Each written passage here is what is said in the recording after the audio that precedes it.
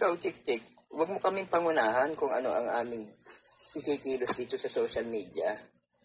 Kung ayaw mo sa ginawa ni David, pakikipagkita niya at pakikipagkasundo o pakikipagbati ni David Ilagan kay Pauline, labas ka na roon, gago. Labas ka na roon. Visit ka. Lahat pinakikialam mo ang kilos ng tao rito sa social media. Tarantado ka. Pero mo napanood ko, winawalwal mo ako. At hindi lang ako, pati ang daddy, pati ang DISS family. Winawalwal mo sa live ng BFT channel, yung Truth Will Prevail. Gago ka eh. Lahat ng pakikisama ko sa'yo, ginawa ko rin eh. Pero, pinupuno mo ko eh. Ang paririnig ko sa inyo ah. Ngayon kanina, sabi nila, winalwal ka raw ni Pauline. Well, hindi ko masisisi si Pauline. Mas nauna kay, gago kay. Mas nauna kay, dapat lang ganunin ka ni Pauline ngayon. Bastos kay. Tarantado ka.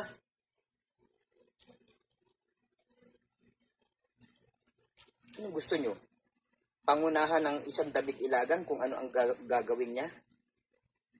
Kung ano ikikilos niya? Pangunahan nyo ako kung ano magiging emosyon ko dito sa social media? Mga gago. Tarantado kayo. Lumalaki ulo nyo eh. Kung mat maganda ang pakitungo sa inyo ni David Ilagan, yun ni Jay Norbin eh. Gago kayo eh. Pinupuno nyo ako ha. This is just my first time guys ha. Tarantado to. Tapos kung yung behavior mo pakikipag-usap sa daddy, para kang pumausap ng bata.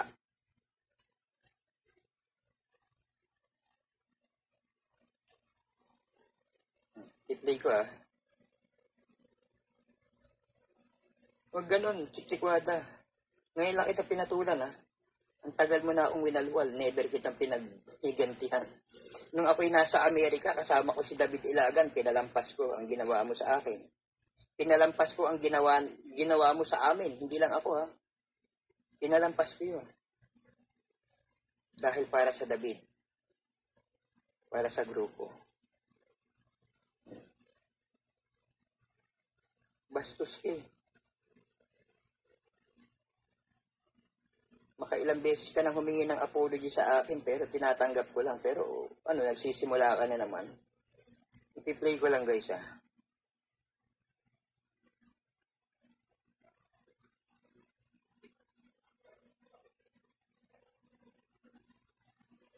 Bastos ka eh. Ito namang iba natin mga kasama sa BFT. Imbis na ipacify, mainit na nga ang ulo ng kasama nating si Chik-Chikwada. Sinisigundahan nyo pa. Bakit? May issue rin kasi kayo kay Pau-Pau eh. Dapat i-set aside nyo yung mga issue nyo.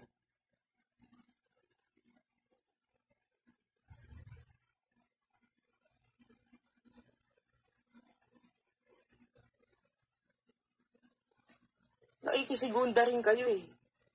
Instead na pahupain nyo ang galit ng kapwa nyo, kayo itong i-play ko ah. Pero mo, madaling araw kanina. Ayoko lang ng gulo pero i-play ko ah. Tapos yun yung naging kakahilan mo na binaboy kita na ipinagpipilitan mo. Walang Wala.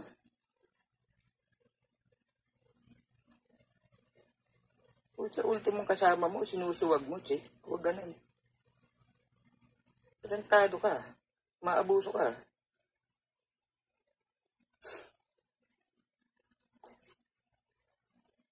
Anong gusto mo?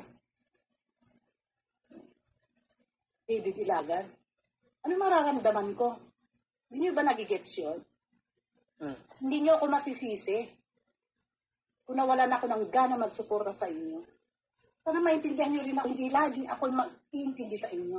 Kung meron kayong mga laro, sa inyo na yan. Laruin nyo lahat ng mga tao dito. Pero wag ako, iba na lang. Ayoko ng ganon. Ayoko ng ganyang laro.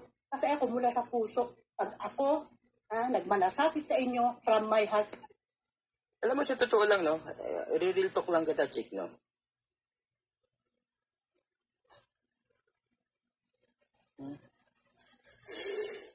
Kaya kinakantsawan ng ibang mga kaibayo natin, chick, eh.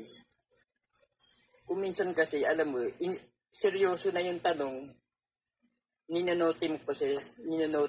Ninonoti mo pa sila. Ito, direct to the point ako, ha? Kaya hindi ko masisisi yung ibang mga baser mo na parang medyo may konti kang araw. Ewan ko kung ano ibig sabihin ng konti, ah. Na-observe ko lang. Sorry guys, ha. Real talk lang to, ha. Ito ang tunay na real talk. No? Kaya minsan napapaisip sa akin, eh. Ha? Biruin nyo.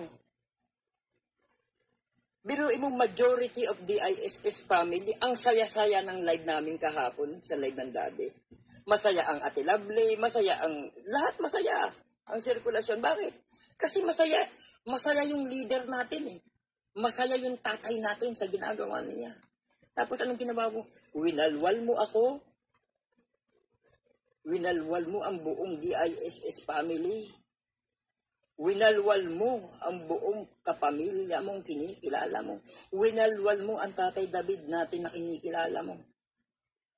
Dahil lamang siya ay nakipagbati, nabawasan ng kaaway niya.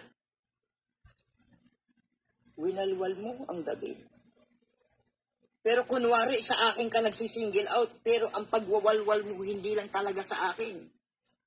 Hindi mo lang marekta na husto. Nagalit ka sa ginawa at sa aming demeanor. Galit ka sa behavior na pinakita namin kay Pao. Bakit? Masaya kaming lahat, eh. Masaya kaming lahat. Dahil masaya si David.